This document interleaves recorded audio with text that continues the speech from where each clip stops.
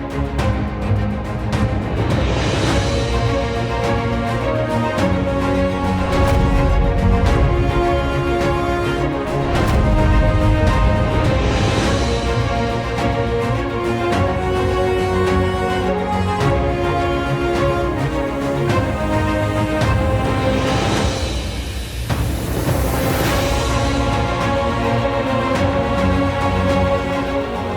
folks, Jason Lyle here with Discerning Truth. Previously we've been looking at biblical issues, and we saw that Genesis really is important in terms of its literal history to the Christian worldview. It's not just a side issue like a lot of Christians assume that it is. It's not an issue that we should just kind of say, well, let's not worry about that because that could cause some people to stumble. If you don't deal with it, it causes people to stumble, because every Christian doctrine, directly or indirectly, goes back to a literal historical Genesis. It's why we need a Savior. It's why we understand death to be the penalty for sin, and so on. Today I'd like to switch gears a little bit and talk about some of the science issues, because the major attacks on Genesis are allegedly scientific in nature, and I want to show you that's not the case. But I kind of want to lay some groundwork today before we get into a lot of the detailed nuances, because I found that a lot of the arguments that evolutionists will make against creationists turn out to be straw man arguments, where they misrepresent our position. So I wanted to cover what is the creationist position on science, how do we understand science, and what about the claims that secularists make when they say things like, well, creationists, they hate science, they don't believe in science. Granted, not all secularists say that, but I've heard secularists make that claim, and that strikes me as very peculiar, because I'm a scientist and I enjoy science very much, and I'm a creationist, of course. There are those who say, well, creationists don't do science, or in some cases they don't do real science, which students of logic will recognize as the no true Scotsman fallacy, something we hopefully will get to on a future webcast. So it's always helpful to define our terms when we analyze these claims. Science, well, there's a number of different dictionary definitions, but generally it's the method, it's a systematic way of acquiring knowledge, the scientific method. And it can either refer to the method itself, or it can refer to the body of knowledge that has been acquired by that scientific method. And so when students study science in school, when they study biology and geology, they're learning about the body of facts, the body of knowledge that has been acquired through hypothesis, experimentation, falsification, and so on, the scientific method. And so when you're doing it in school, at least as a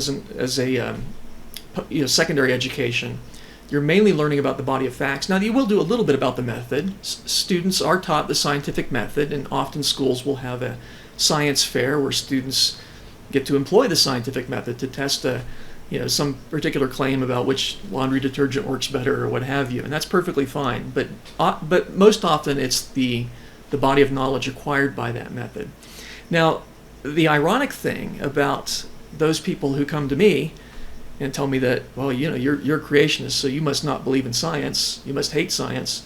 The ironic thing is most of those people themselves haven't really studied very much in terms of science, at least not beyond high school, whereas I did go out and get a PhD in science, and so I'm thinking, if I hate science, I sure wasted a lot of my life on it. Between college and graduate school, I spent 11 years after high school, focused on studying science, and in particular, my specialty field of astrophysics. And by the way, I love all the different sciences. The Lord gave me a special passion for astronomy and physics, and I minored in mathematics as well. I did it because I love it, not because I hate it, not because I had to. And so I thought I'd talk a little bit about what that involves, because the fact is most of the leading creationists that you see out there are PhD scientists. And maybe we'll get to some of the specifics later on. But they've all gone through the same process that I have. They've gone through an undergraduate education. Now, a lot of people watching this probably have a college degree, and that's very common, and that's great. And in college, you generally spend 4 years learning a particular subject in detail. Some folks go to a trade school where they get a very specific subject and it's concentrated, and they can do it maybe in 2 years, and that's fine. I did 4 years of undergraduate work at Ohio Wesleyan University, And it's like you expect, classroom work where you learn how to solve problems and so on. In physics especially. In astronomy, you're learning kind of what's out there. You're learning the body of knowledge that's been acquired through science. In physics, you're learning a lot about how to do science. And so it's a little more focused on the method. Actually, a lot more focused on the method, really. And I double majored in physics and astronomy, and then I minored in math as well, because I like that in addition. And I would have majored in everything else if I'd had the time, because I find it all very interesting. Even lab work, you'll do some lab work. I did an electronics lab that I very much enjoyed, where I learned how to build circuits and things like that. And even after that class, I remember building a little amplifier, and just because I can, and it's neat. It's neat to do that kind of stuff. In another lab, I built a device that allowed me to measure the speed of light. These are the kinds of things that you do as an undergraduate. And to be honest with you, when I graduated, of course I enjoyed the experience very much. When I graduated, I didn't really know a whole lot about what grad school would be like. I just knew that I enjoyed science and I wanted to continue my education. I wanted to learn, give me more. This is great, give me more. And so I thought I'd talk a little bit about what that involves, grad school. The first year or two, and it depends on the field. Obviously, I can only speak with experience to my own field of astrophysics, but the first year or two, kind of like undergraduate in that you're taking classes. The classes are more advanced, they're more difficult. The learning curve is steeper, but that's because when you're in college, you're not only learning the information, you're learning how to learn information. And so your ability to learn, I think, actually increases if you go to school for some period of time. And so at graduate school, in 2 years of graduate school, you might actually learn more information than you learned in 4 years of undergraduate education. That's just the way it works.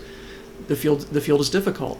And in addition, in that first year or two, especially the first year, say the first 2 semesters, you have to have some money, so you have to get a job, and usually students will take a teaching position at the university where they're studying. In astronomy, it's often the case that if you do really well in college, graduate school will waive the tuition, so you don't have to pay for the school, which is nice. And that I had a tuition waiver, so that was nice. But I still had to pay for my apartment, and I had to eat, have to get groceries, and so you have to take some kind of work.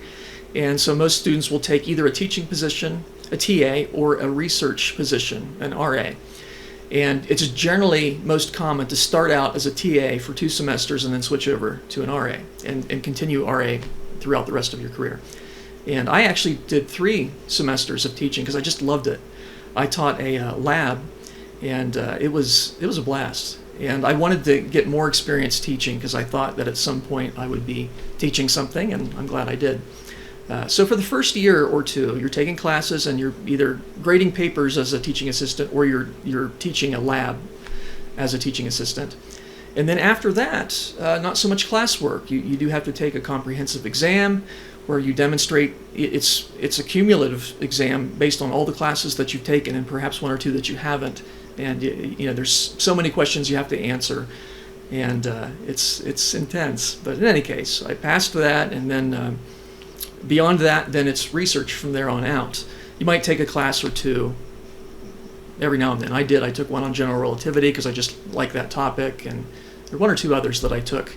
But generally, after that first year or 2, you're doing research 100% of the time. You come in, you sit down by your computer or whatever you're doing. If you're an experimentalist, you're designing, you're setting up your lasers or whatever. But you spend years researching a particular topic for which the answer is not known. And so at that level, you're basically doing the same thing that scientists do, but you're doing it as a science student. And so you don't have the experience, and instead you have an academic advisor kind of guides the way. I had a great advisor, and he was very helpful to me, kind of guiding me, try this, try that. And so you try stuff, and you do these experiments.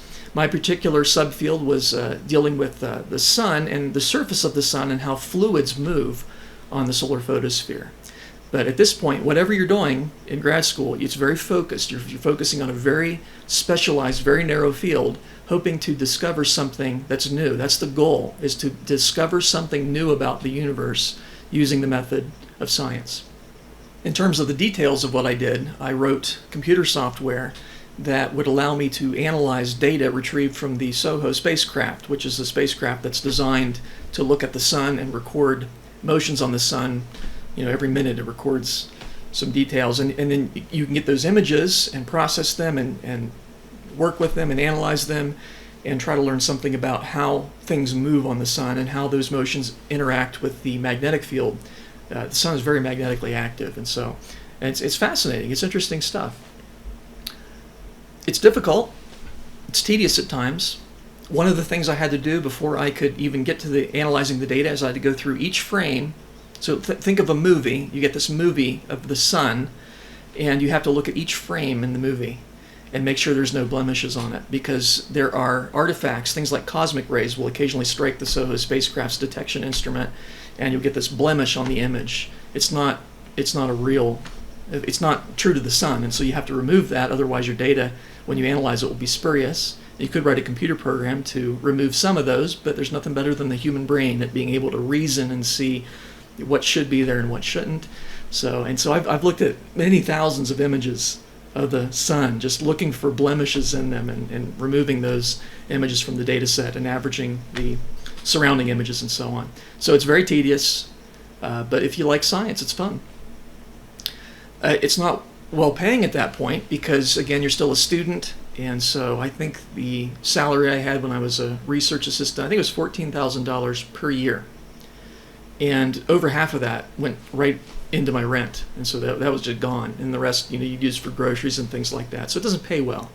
You're doing what a professional scientist would do, but you're doing it for very little money. And so what's my point in that? My point is, it's not something you would do if you detested science. It just doesn't make any sense to get paid virtually nothing to do very difficult work if you don't really enjoy scientific discovery. And I'll admit, there were days when man, I'm just banging my head against the wall today. But then when you finally do make that discovery, it's so worth it. Because there's this, you've learned something new about the universe, something that is known, that is unknown to all other human beings. It's known only to you and God, this little secret that you have. And that's cool. And you've used science to discover that.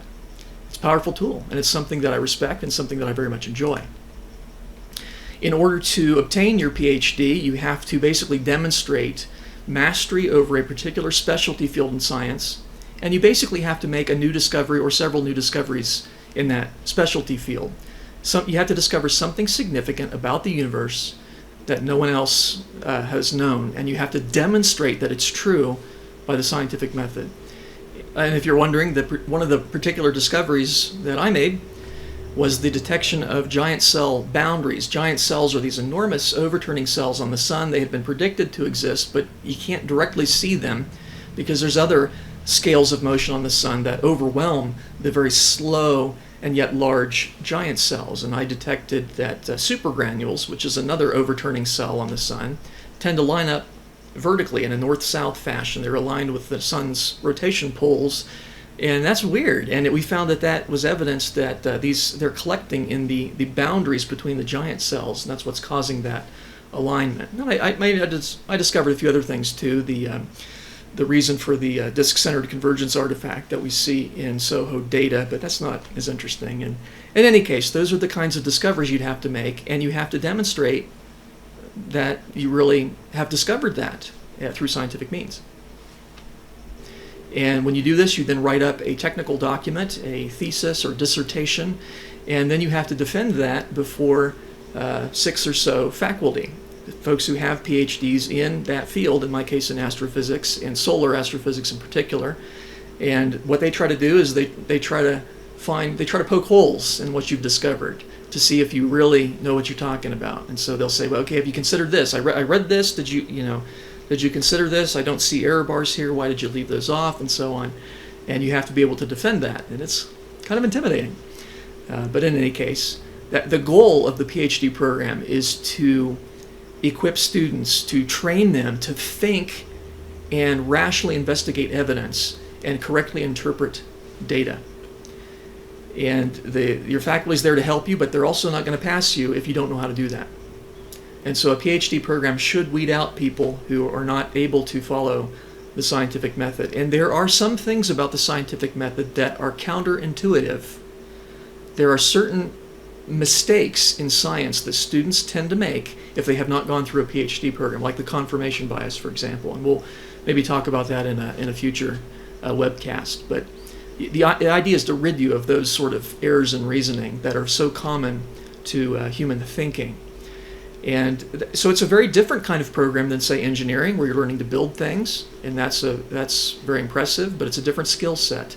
And I say that because sometimes I've seen at conferences, I've seen engineers get up and try to do science, and they haven't done it very well. Of course, sometimes they do it well, but it's a different skill set, and not everybody can do it. Not everybody has the passion to do that. That's fine.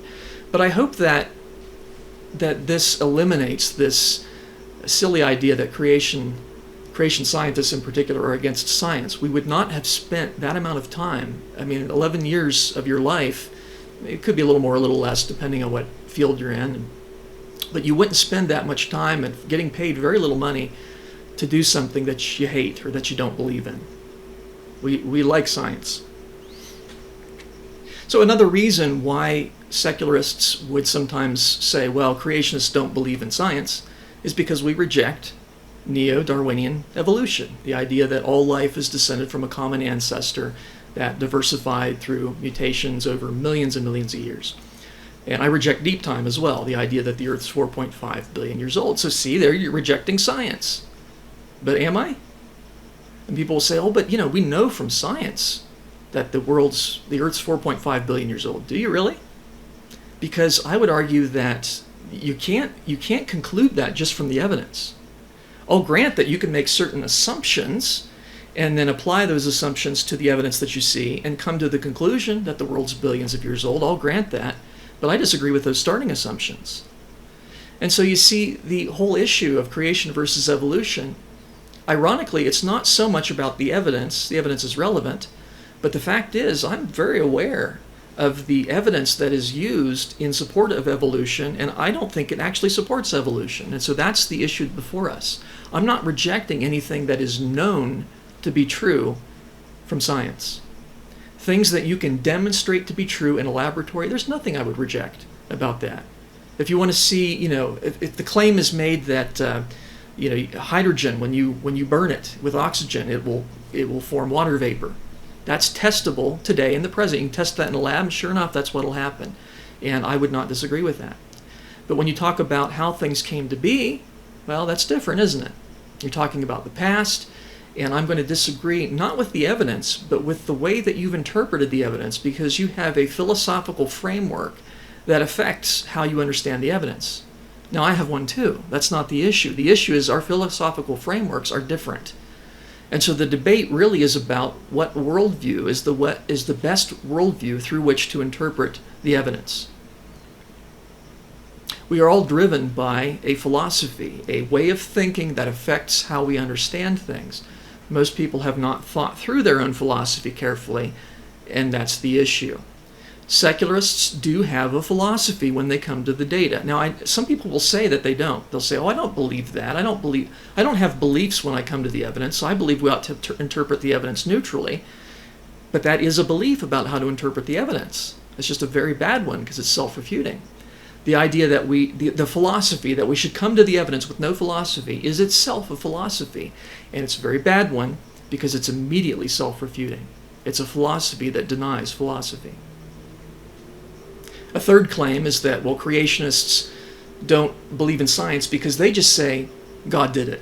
Sometimes you'll even see that as one word, lowercase g, God did it. That's what creationists say. You ask them any science question, they'll say, well, God did it. Well, that's not true. That's not true. It's the claim that's made. You don't bother to examine the evidence or to learn how the earth really formed or how galaxies really formed because you just read your Bible and say God did it.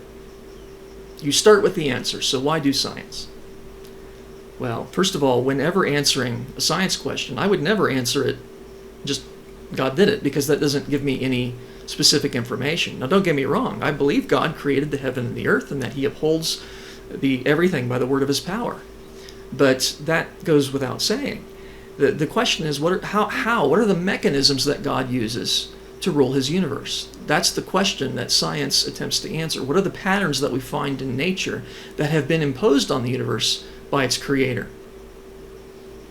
So I think there are three problems with this claim that creationists just say God did it. And by the way, I'll grant there might be some folks who profess creation who say that, but it's certainly not the mainstream position. I've never seen a PhD creation scientist say, well, here's my research, just God did it. That is not true to our position. And so when people make that claim, it's dishonest, really.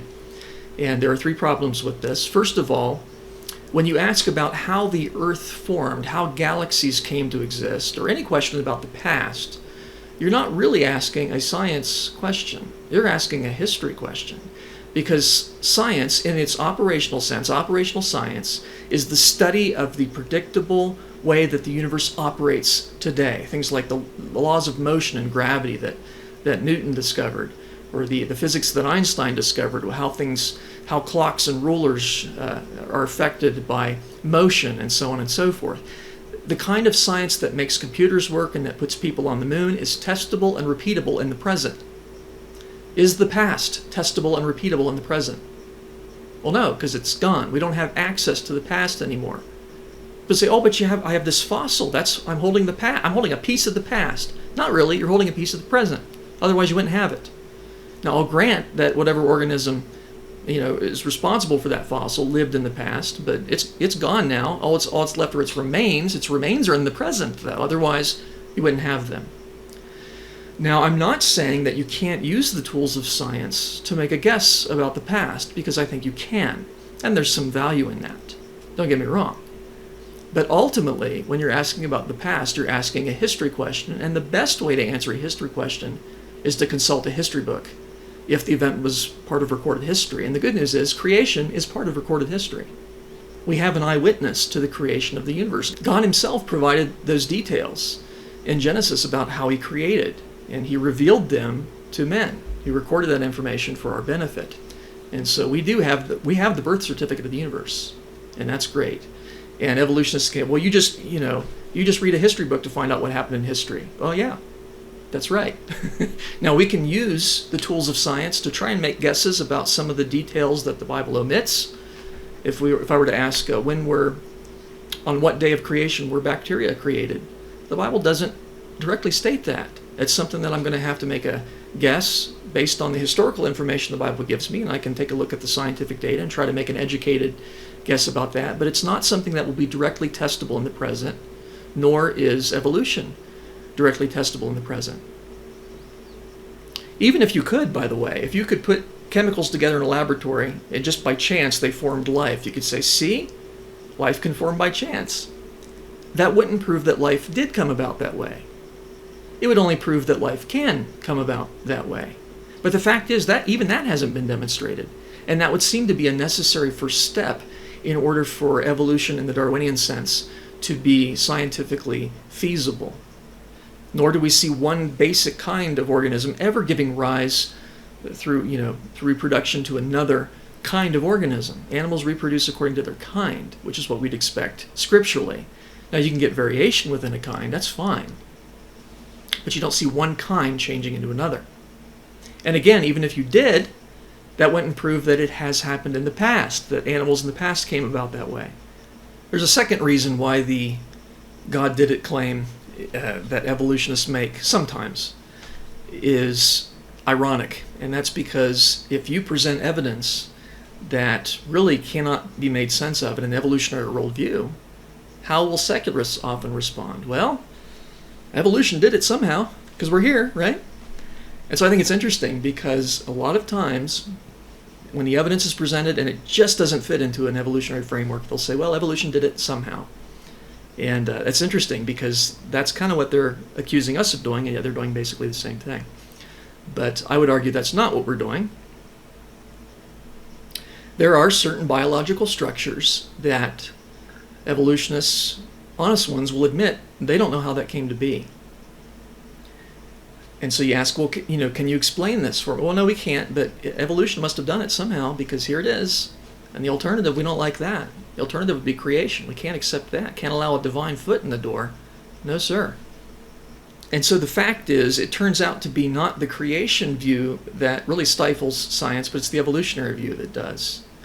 Because if you really believed the universe was chance, why would you bother studying purpose in things that you believe have no purpose? Indeed, there were many organs in the human body that were once considered vestigial organs, useless leftovers of evolution. And people didn't bother to find out what they did, or at least it took a long time, because people thought, well, they don't do anything. They're just a useless leftover. Things like your pituitary gland, your thyroid gland, these glands that they didn't know what they did, so there must be useless leftovers of evolution. Or your tonsils or your appendix. Some people still think, well, your tonsils, you don't use those, so you get infected, just remove them. They don't do that as much these days. Now, you can live without your tonsils or your appendix, but they are useful. Your appendix is, for example, it's part of your immune system. It prevents bacteria from getting in where it shouldn't be, and so on. These things do have a purpose. You can live without them. You can live without your left arm, but that doesn't mean it's a useless leftover. But evolutionary thinking can stifle science because you assume that something has no purpose. Why would you bother studying it? Whereas in the creation worldview, I'm motivated to study creation because I know there's a mind behind it. And so I expect to find purpose in the things that have been designed in biological organisms. I expect to find patterns in space because I know God has imposed order on his creation. Creationist thinking doesn't stifle science, it motivates science. And third, the reason why this goddidit claim really won't work against informed creationists is because informed creationists do not see God as a substitution for rational inquiry, but rather as the foundation for rational inquiry.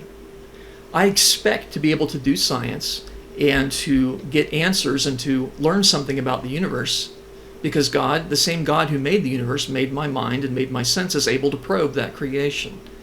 And so I expect to be able to learn something about the universe. But if it's just chance, why would you expect that, you see? So I would never just say, well, God did it. God is behind everything, but I accept dual causality. I know that God has means by which he accomplishes his purpose. And so the question is not, did God do it or not? The question is how. What is the mechanism that God uses to uphold his creation, for example? What are the patterns that God has built in his creation? And creationists do propose specific scientific models that detail the way we think God upholds his creation, and we test those against observations. So we're doing science when we do that. And yes, we make models about the past, and those aren't directly testable by science, but we can make guesses about the past using scientific tools, as secularists do.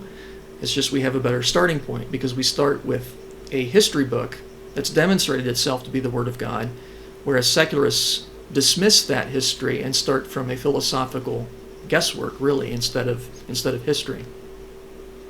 So the fact is, both creationists and evolutionists have a worldview framework that they're reluctant to give up and through which they interpret scientific evidence. There is no evidence I reject. Anything you can demonstrate in a lab, I accept. But evolution, in the Darwinian sense, is not something anyone has been able to demonstrate in a laboratory. It would have made headline news if it ever happened, but it hasn't. We don't see life coming from non-life. We don't see one kind becoming another. The kinds of changes we do see in a laboratory or in the natural world are the kinds of changes creationists would expect, changes within kinds.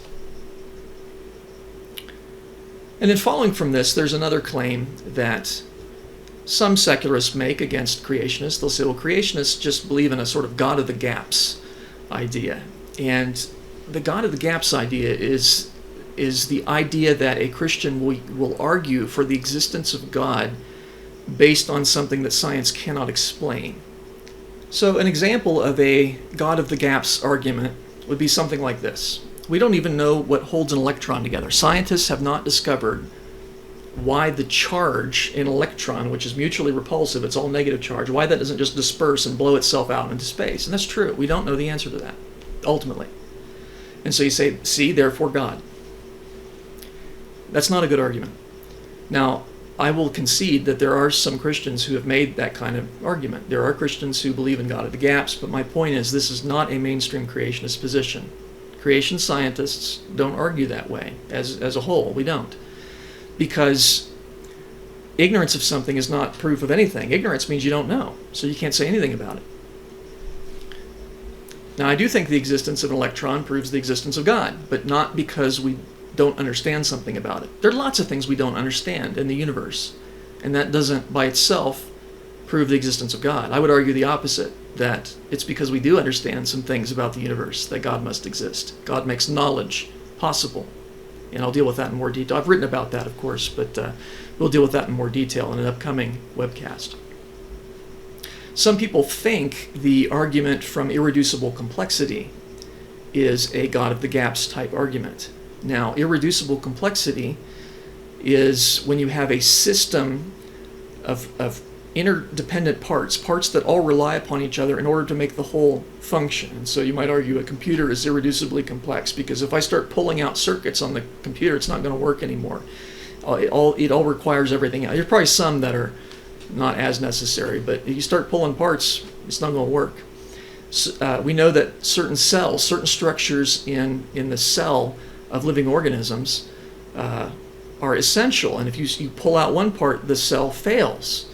And you have the DNA, the instructions that contains the instructions to make the cell. You have the enzymes that read those instructions. They transform them into RNA. The RNA is read by the ribosomes. Ribosomes produce the enzymes that read the DNA, and so on. And if you remove any one part of that system, the cell dies. And so that would seem to be an irreducibly complex system, something that can't be reduced, because you pull a part out and it fails. And there are a number of examples of irreducible complexity. Some people would say that's an argument for God of the gaps, because you're saying we don't know how this could have evolved, therefore God. But that is not the argument. The argument is not, well, we don't know how this could have come together. The argument is we know it couldn't have come together that way, because you remove one part and the system fails. And so the last few steps that would be necessary to get the structure to operate, if they're not already in place, the structure doesn't operate. Take your blood clotting mechanism, for example. We understand that. Well, biologists who are experts on that issue understand. It's very complicated. The chemical pathway that takes place that causes your blood to clot, so that when you get a scrape, you don't bleed out. It forms a little scab, gives the time for your skin to heal. It's amazingly well designed.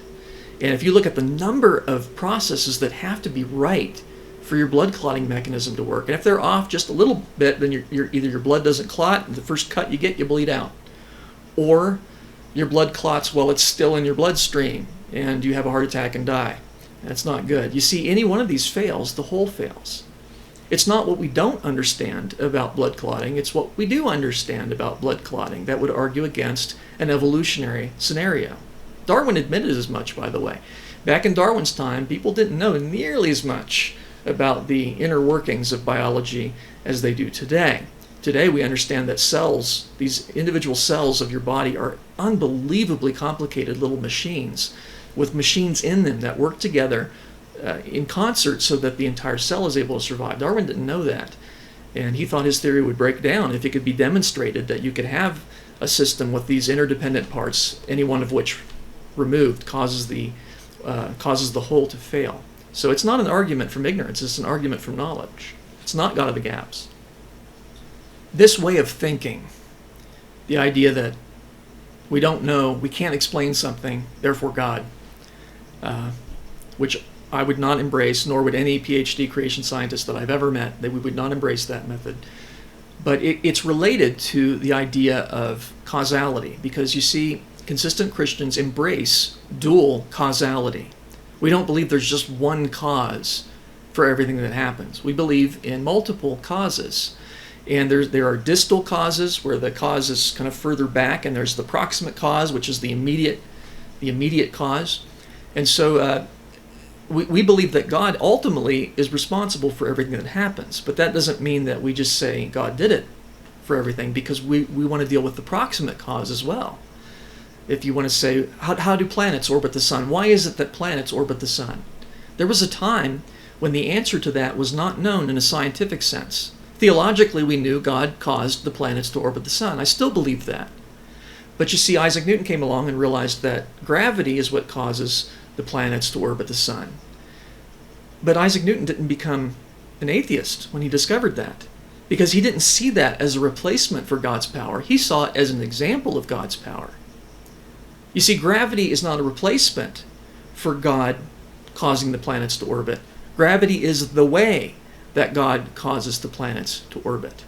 Gravity is simply the name we give to the systematic, predictable way that God causes things to move in his universe in terms of masses and their attractive force upon each other. And likewise, what holds an atom together? Well, the electromagnetic forces, that's true. God is ultimately responsible for those forces. So God is the distal cause. The electromagnetic forces are the proximate cause, as it were. So that's something I think it's really important, because a lot of people think that the more things you can explain in science, the less need there is for God. And I would argue that the opposite is true. The more things you can explain scientifically, the more you have to believe in the biblical God, because science is predicated on the notion that the universe is upheld by a logical mind who has imposed order on creation that science seeks to uncover. So laws of nature are not a replacement for God's power. They are an example of God's power. They are God's power. They're just the name we give to it. And the fact that we can assign equations to many of these laws of nature tells us something about the mind of God.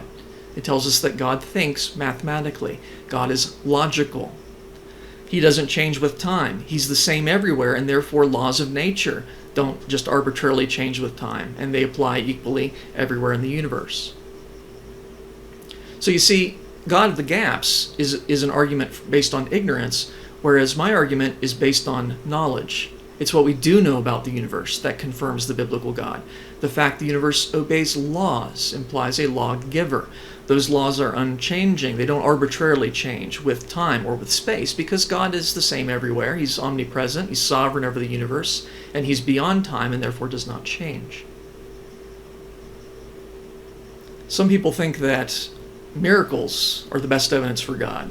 Now, I will concede that miracles are evidence for God in the sense that the Bible, for example, predicted that certain signs would accompany the Messiah, and when Jesus came, he fulfilled those signs. He performed signs and wonders. I get that.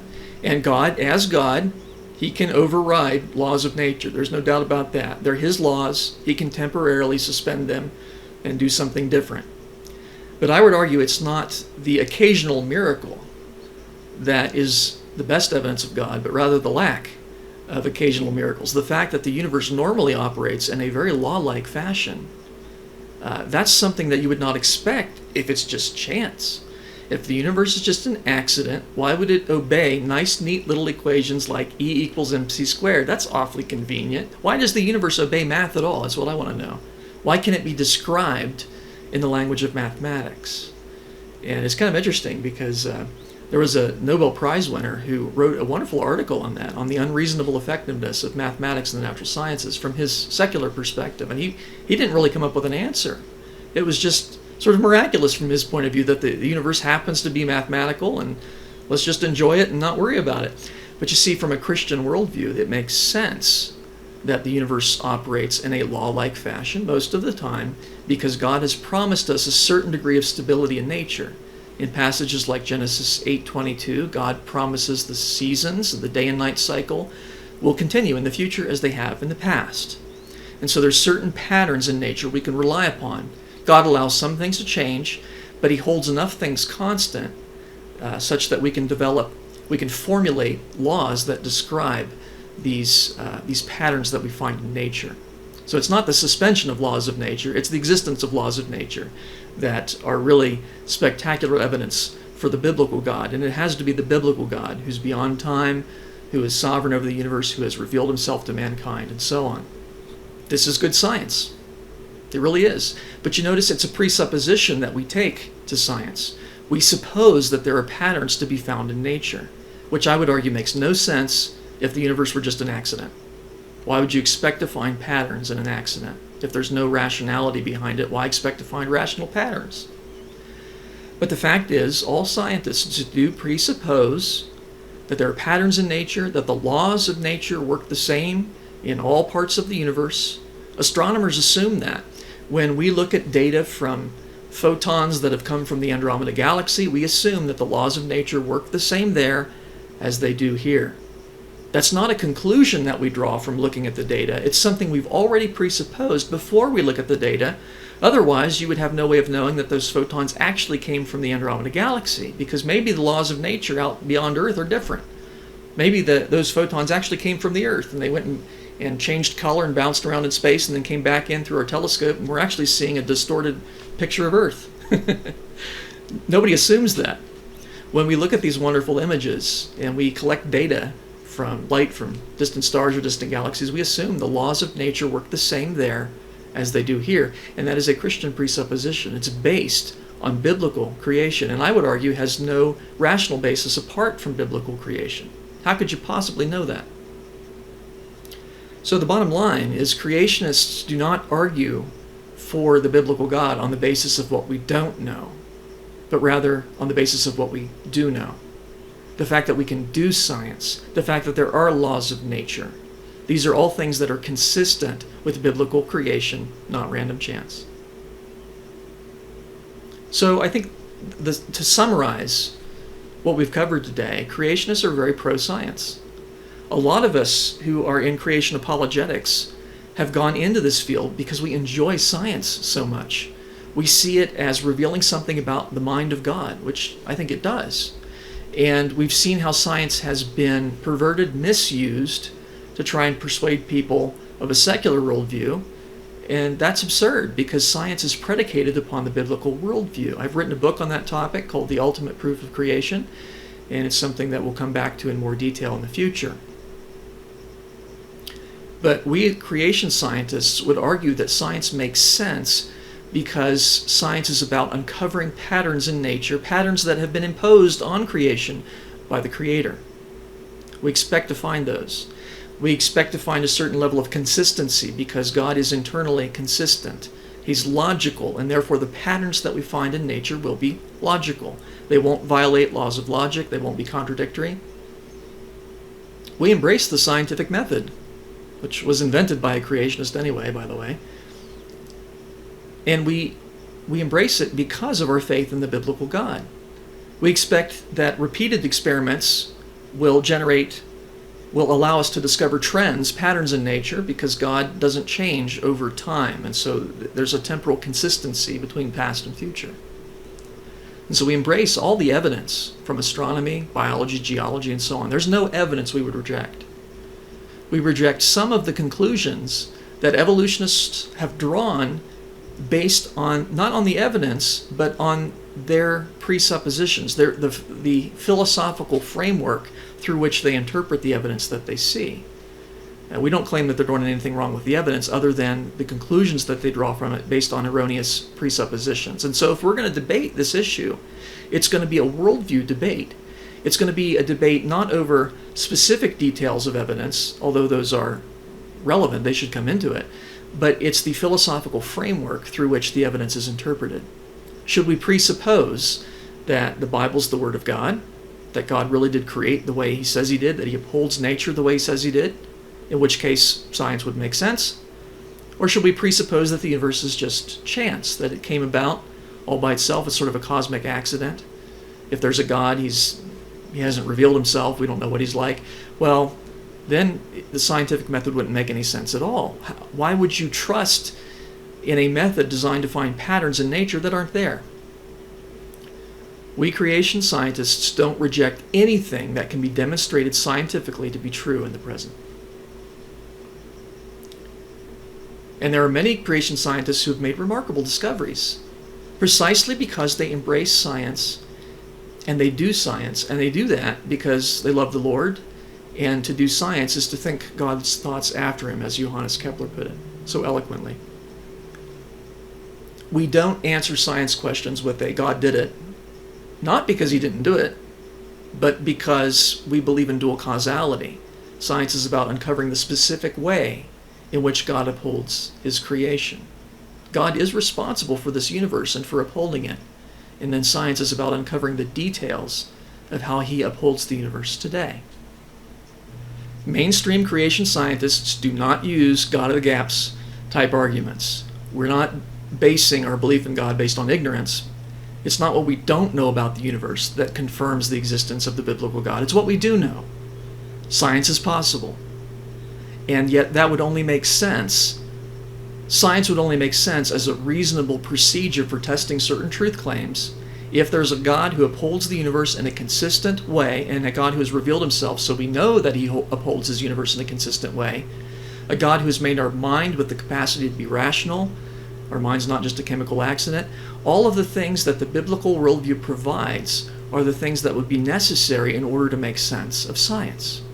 And so both creationists and evolutionists do science. There are evolutionists who've made remarkable discoveries in science, and there are many creationists who've made remarkable discoveries in science. We both do science pretty much the same way. But when it comes to interpreting past events, our philosophical framework causes us to draw different conclusions from the very same data, from the same evidence. The question, therefore, is which philosophical framework is best? The creationist philosophical framework makes science possible. The secular philosophical framework, if it were true, would undermine science. It would give us no reason whatsoever to trust that science is a logical, reasonable method for answering certain kinds of truth claims. And so you see, that's why I'm not worried about some particular piece of scientific evidence disproving the biblical worldview, because science itself would only make sense if the biblical worldview is true. And I have written an article on this topic. It's called Evolution versus Science. I'd encourage you to check it out on our website, biblicalscienceinstitute.com. Thank you very much for joining us. We'll see you next time. God bless.